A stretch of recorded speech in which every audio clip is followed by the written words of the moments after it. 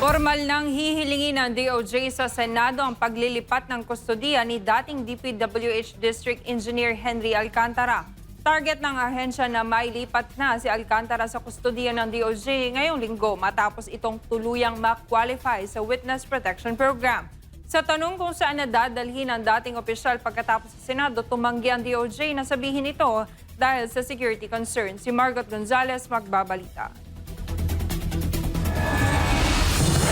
Magpapadala na ng formal request ang Department of Justice o DOJ sa Senado para sa paglilipat ng kustodiya kay dating DPWH District Engineer Henry Alcantara matapos itong ganap na makapasok sa Witness Protection Program bilang state witness sa flood control scandal.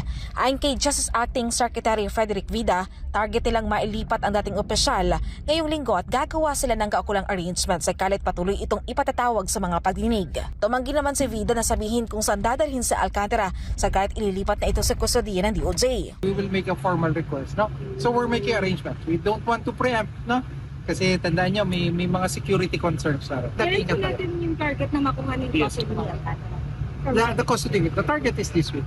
Pagdating naman sa kustodiya ng tatlong iba pang state witness, ayon kay Justice Spokesperson Attorney Polo Martinez, malaya pa silang makakagalaw pero mahigpit na imamonitor. As far as we know, they can be granted protective custody by the WPP.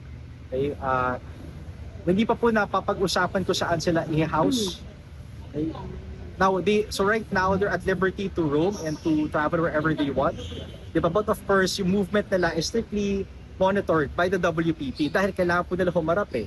Diba? Kailangan po nila humarap bilang state witness eventually once trial commences. Samantala, pinagpatuloy naman ng DOJ araw ng Martes ang kanilang seri ng pagdinig kaugnay ng flood control scandal. Ang pagdinig ay para sa malversation case laban kay Senator Joel Villanueva at sa 33 iba pang respondents kasama ang Top-Notch Catalyst Builders Incorporated kaugnay ng umanay ghost project sa 1st District ng Bulacan.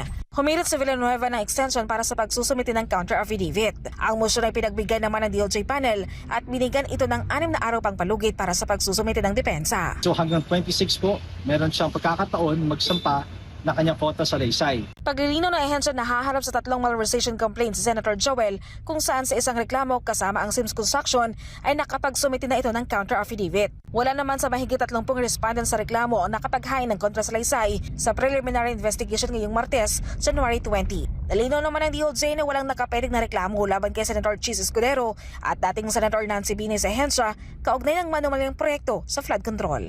Para sa Diyos at Pilipinas ko mahal, Margot Gonzalez, SB9 News.